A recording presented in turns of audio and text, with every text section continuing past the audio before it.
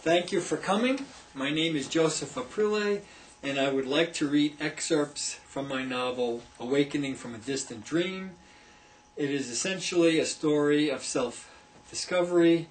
The heroine is Laura, and I'd like to read from the beginning, from the chapter entitled Laura.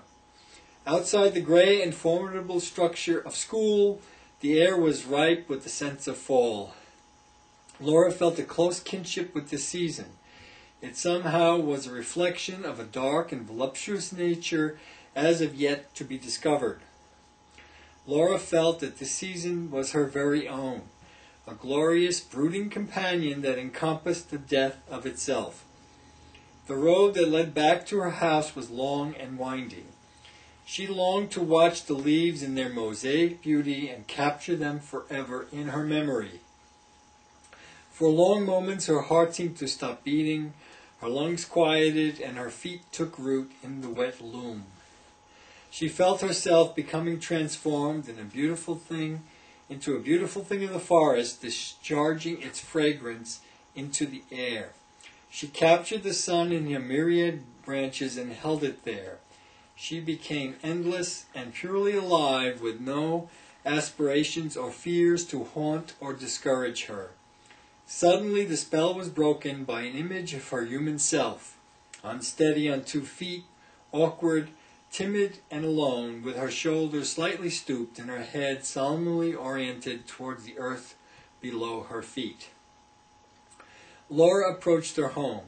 She knew the rooms, the windows, the closets, the old furniture, the vinyl dinette set with a formica veneer, the ornate lamps with the plastic still covering their lampshades, and most of all the television, a one-eyed despot sitting in the place of honor. In her mind, Laura envisioned everything that transpired behind the front door of her house. Her mother sprawled on the living room sofa with a heavy sedative containing alcohol, thinly disguised in a coffee cup, and the television, of course, mercilessly on. She saw with perfect clarity the vacant eyes, the immobile features, the impenetrable life of this woman, her mother. Laura felt her skin tighten. The adrenaline inundated her as her hand reached automatically for the door.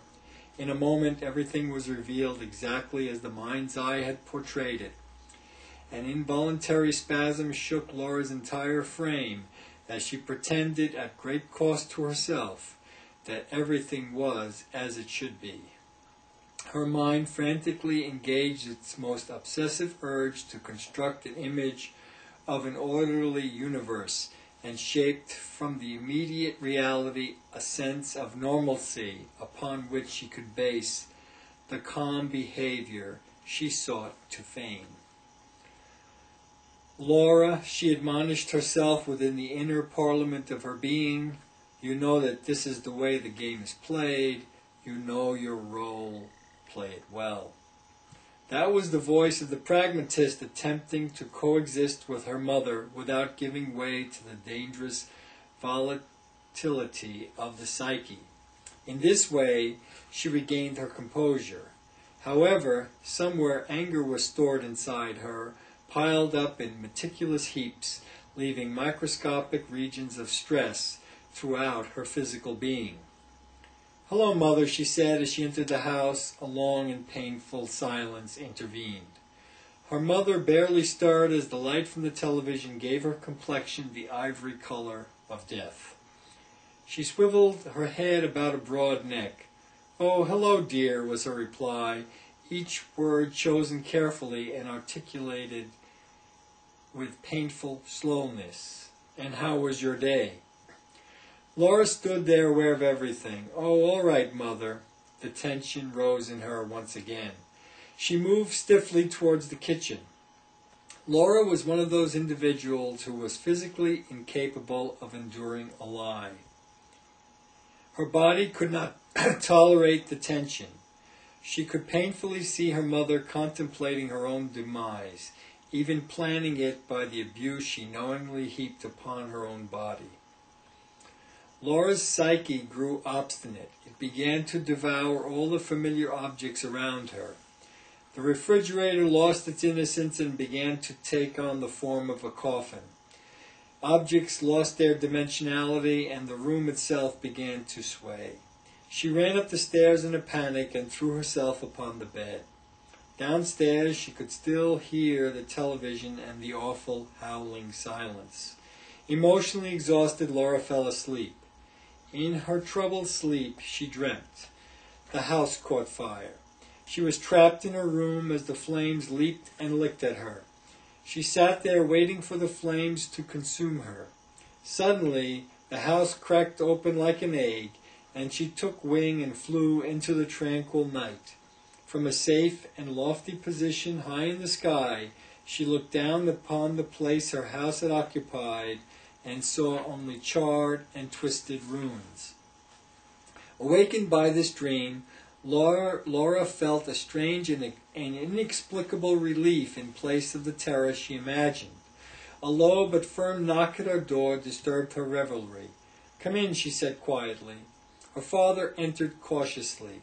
He was a large man, but in spite of his size he always appeared subdued, even obsequious, in the presence of his daughter. "Laura, when you didn't come down for dinner, I got worried. Is anything the matter?" Laura looked silently into her father's eyes. That prolonged intensity made him feel decidedly uncomfortable. She knew that she could not safely confide in him. As a little girl, she depended upon this towering man for her safety and protection. However, as she grew up, adoration was soon replaced by a growing mistrust, for she never saw his true nature. Intuitively, Laura sensed the presence of a wild, uncharted anger that seemed to be festering beneath his eyes. She became afraid of somehow unknowingly triggering its expression. For this reason, she remained very cautious with him, never intimating that she was in fact in emotional turmoil. All this brought her an intense sadness, realizing how formidable was the space that separated them. Well, thank you so much for listening. I hope you enjoyed what I read, and remember that you can purchase the book, and the easiest way would be to go to my website. That's at lvau.com. Again, lvau.com, where everything can be purchased conveniently online. Thank you.